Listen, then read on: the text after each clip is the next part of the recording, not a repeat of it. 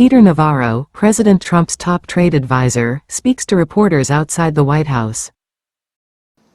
Well, thank you all for laboring on Labor Day. You're really going the extra mile. I want to just wish the American people a happy Labor Day. It's actually my favorite holiday because at the White House here, I'm the director of the Office of Trade and Manufacturing Policy, and my job is actually to make sure blue-collar America in particular is fully employed and has their wages rising. So I just wanted to give you a little report card for President Trump in the first 6 and 7 months of this administration.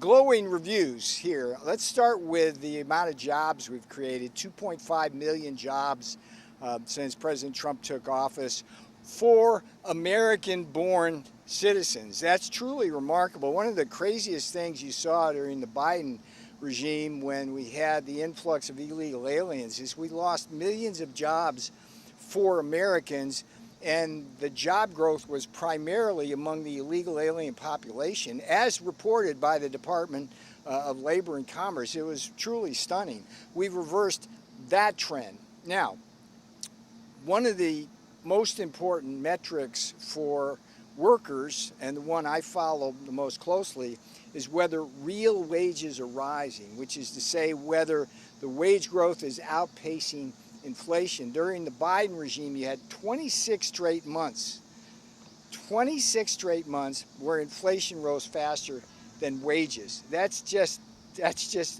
death knell for blue-collar workers. So far, we're up 1.4% annually, second fastest in American history. And every single month, real wages have gone up in the Trump administration.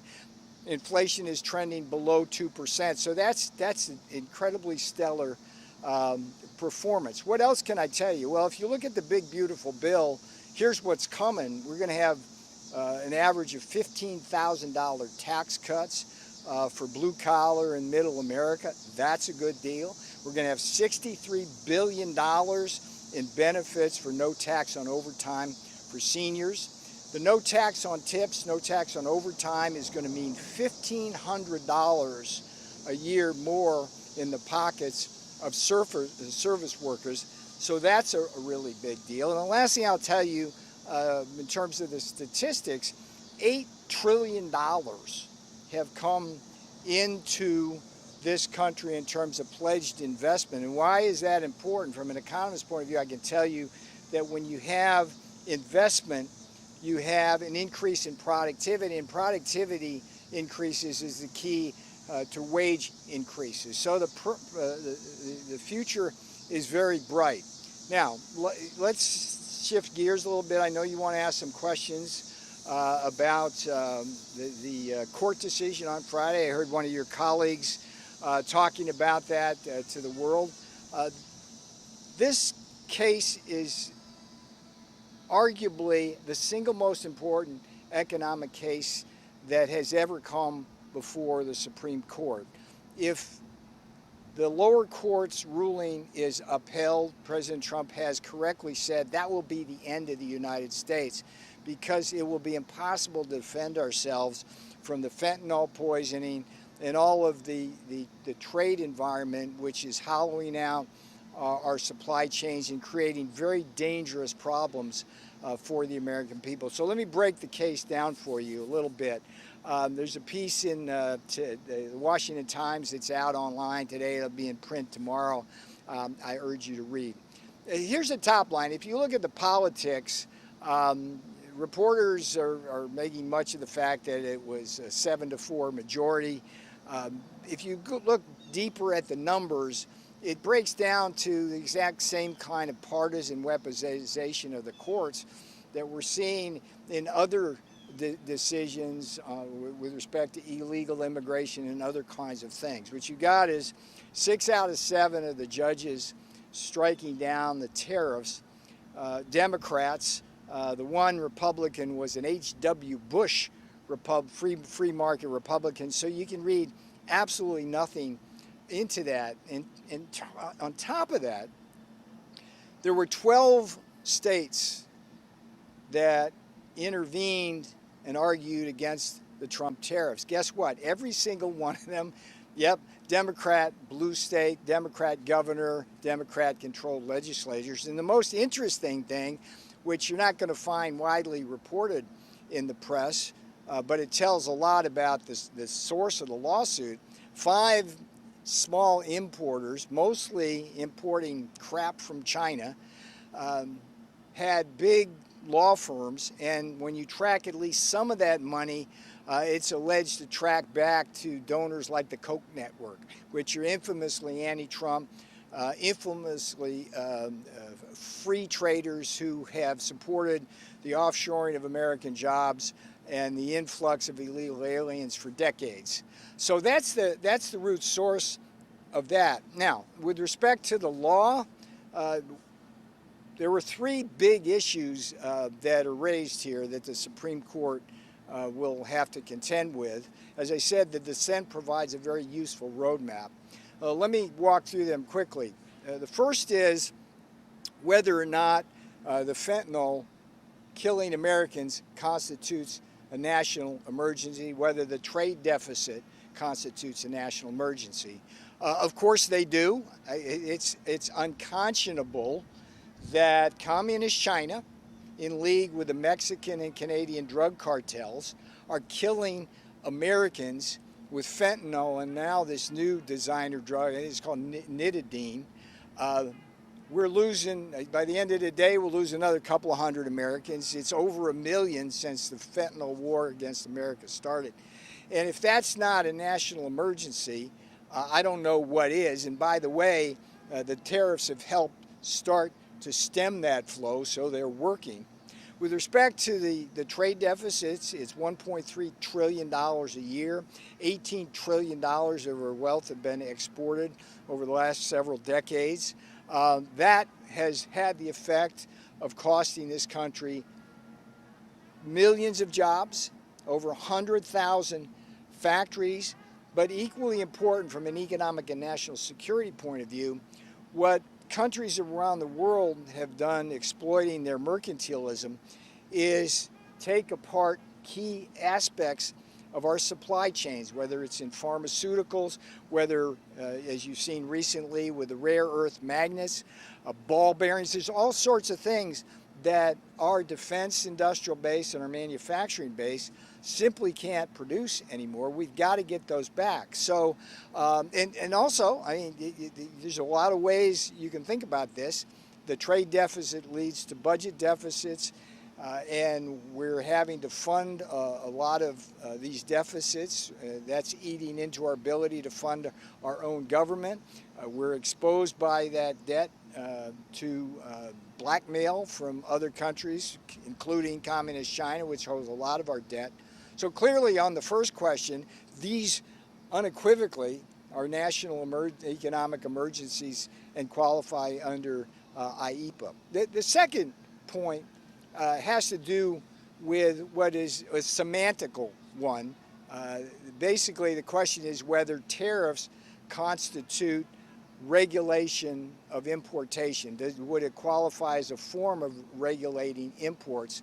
And yes, of course it will. There's good case law. I go over this in my Washington Times article that support that, and nothing rules out the use of tariffs.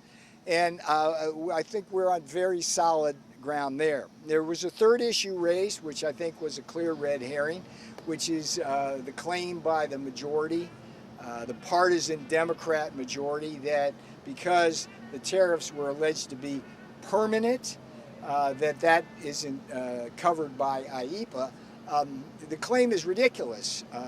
Neither Howard Lutnick, Jamison Greer, Scott Bessent, myself, or the president himself ever said that these tariffs were permanent. If in fact people stop dying from communist, Chinese, Mexican, Canadian drug cartel fentanyl tomorrow, the tariffs would be lifted. We would have no reason to do it. By the same token, as soon as our trade deficit went away tomorrow, tariffs would be lifted. And by the way, bury the lead, every single year we have to revisit these tariffs with Congress So that argument doesn't hunt as well. So on all three of those grounds, I think we're in very good shape. Bottom line is we're optimistic that the Supreme Court will rule on this. We don't have to. The tariffs will remain in place at least to October and perhaps beyond until the Supreme Court rules on this. Again, President Trump has said correctly, if the court does not uphold the Trump tariffs, it will be the end of this country. We will lose all sorts of bargaining power, and the rest of the world will continue to do what it has been doing, have its way with us. Okay, Mr. take some questions. A couple questions Yes, for you. ma'am. Are you concerned at all about the show of unity between Putin, Xi, and Modi? And then the second follow-up, we saw Trump truth about India, saying Sure. that they're going to cut those tariffs to nothing. Can you fill us in on the status of where the trade is right now with India, the negotiations? Here's what I can tell you, and again, I'd refer you to the article I wrote in the Financial Times on this, which goes into it. Here's the problem with India. It's a two-pronged problem. There's 50% tariffs on India. 25% of them is the reciprocal tariff because of unfair trade. 25% is the fact that India is buying oil from Russia. So start with the reciprocal trade tariffs. The problem is that India literally is the Maharaja of tariffs. It has the highest tariffs of any major country in the world, and it's in denial about that. It tries to tell everybody out there that that's not true when it is demonstrably true. So they should engage with us. They haven't done that as Japan, Korea, the Philippines, Indonesia, the European Union has. They simply think they continue having their way with us. President Trump's not going to allow that. Now, with respect to the tariffs, the 25% tariffs on India's buying oil from Russia, this is an incredible situation. Every one of you, when you report this story, should report the following fact. This is the first fact. India, for all practical purposes, did not buy any oil to speak of from Russia before Russia invaded Ukraine in February 2022. How many of you knew that? Probably not many. The way this oil trade worked is once Russia invaded and they were figuring out ways around to sell their oil, Russian refiners went to refiners in India, got in bed with them. Some of them actually help produce right in India now. Putin gives India a discount on crude. They refine it, sell at premium prices to Europe, Asia, and Africa. It's nothing but profiteering.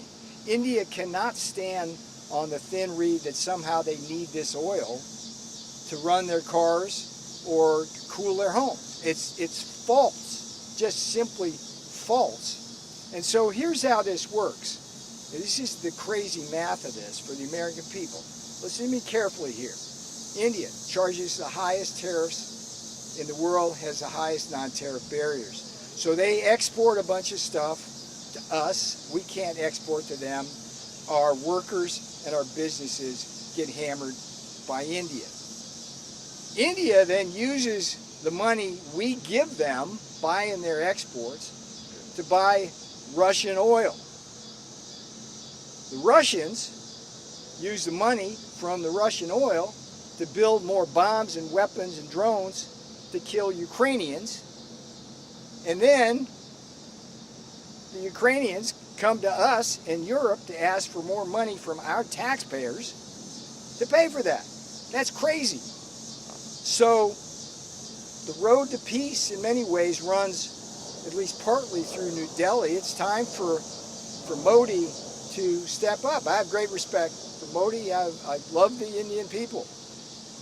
It was a shame to see Modi getting in bed as the leader of the biggest democracy in the world with the two biggest authoritarian dictators in the world, in Putin and Xi Jinping. That doesn't make any sense. I'm not sure what he's thinking, particularly since India has been in a Cold War and sometimes a hot war with China for decades. So we hope that the Indian leader comes around to seeing that he needs to be with us and Europe and Ukraine and not with Russia on this, and he needs to stop buying the oil.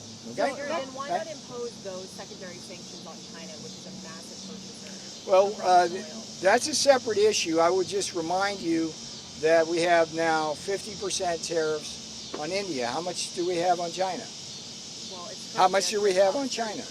What's that? 30%. No, it's over 50% total on China.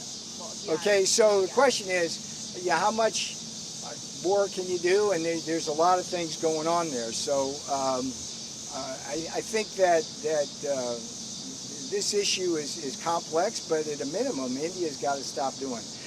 You got a follow up now? Go ahead. Well, back to my first question about Who the you show. with, by the way? I'm Kit with the pool today. Oh, gotcha. Yeah. Okay. I first asked about the show of unity between Xi, Putin, and Yeah. Modi. Yeah, Are you concerned it's at all about troublesome. that? It's troublesome. India is the biggest democracy in the world by population. Historically, India has been in a Cold War with communist China for decades. China has funded Pakistan's military.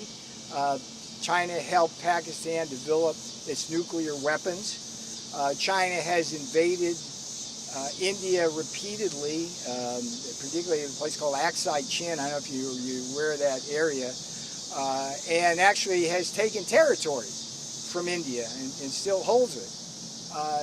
The Chinese patrol now far into the Indian Ocean and are challenging Indian sovereignty in the Indian Ocean. But at the same time, we're seeing China and its entrepreneurs and oil refiners getting into bed with Indian business people, and that relationship is toxic. I mean, a lot of this dumping that occurs, China now is using India as a big transshipment hub for all sorts of products to avoid the Chinese tariffs. So let's see what happens. President Trump, every American should thank President Trump for flagging this issue and calling India out on these issues, because we don't want to be about the business of trying to defend Ukraine with funds and weapons and things like that, when our money is going to somebody who's cheating us, and they're using that money to give to the Russians to buy weapons, kill Ukrainians, and then use their taxpayer money. All right, I'll take just a couple more, sir. Understanding you say the significance of this potential Supreme Court decision Sure. is paramount to the country's future. In a scenario that they were to rule against the administration, what conversations has the White House been engaged in this summer about potential alternatives, whether it be federal trade law or going to Congress? Yeah, that's not something that we're going to divulge. Let's just say that this is a smart White House, and President Trump's the master chess player. There's certainly other authorities we can use, but the courts shouldn't use that fact to do the right thing in this case, because clearly this is well within the Article 2 powers of the president. He's demonstrated through the use of this power just how effective it can be. I mean, it's like the most incredibly effective negotiating tool that we've ever seen a president wield. So again, let's see what happens. Have Speaker Johnson and Leader Thune been engaged? I have no insight on that. I'm sure that's the case. You know, my job is apropos Labor Day is to make sure I'm doing the best I can to help the boss create jobs for blue collar America. Yes, ma'am. The down here. de minimis Yes, de trading minimis. has now been closed, and you have shippers from Asia and Europe Yes. who have canceled shipments Yes. to the U.S. So what is your message to Americans who see canceled orders, delayed shipments, and higher prices? Well, you're assuming that all that's true. Look, the de minimis loophole is insane. No country in the world has an $800 limit where anything can come in below $800. You don't even look at it, and you don't collect tariffs on it. That's crazy stuff. I mean, the fact that Congress allowed that to happen to begin with under the heavy lobbying of the online brokers like Amazon and eBay and Alibaba and stuff like that. That never should have happened. We closed that. Now, here's what Americans should be feeling now. Gratitude for President Trump, because this de minimis loophole has been one where counterfeits and pirated goods are coming in. It's the single highest source of narcotics and fentanyl being smuggled across the borders. Okay, if you understand how this works, it's like these small packages, they don't register them, they don't tell us what it's in, they just come in, nobody looks at them, and guess what, you know, I can fit enough fentanyl on the tip of my finger to kill all of you in about 10 seconds. Okay, that's how powerful that stuff is. So this is a good deal. It's going to raise tens of billions of dollars every year, just closing that loophole. Congratulations to President Trump. It's just another way of celebrating Labor Day. Because, you know, it's like when I was in the first, I'll give you a little background. There was, I was over there in my office, right on the corner there, Mighty Mug came to me early in the administration. And it's an American company, and they were telling me about how they were trying to sell their Mighty Mugs, right? And they were having trouble because China could send these things in. They'd steal a design, send them in. They'd send them in through de minimis. And the way de minimis interacted with our international postal system, they could send a mug for half the price. Then Mighty Mug could send to the house next door. Okay, that's how screwed up that is. So we fix it. I'll take one more. You've been patient, ma'am. Yeah, thank you. And you're with? I'm with News Nation, Hannah Brown with News Nation. Okay, great.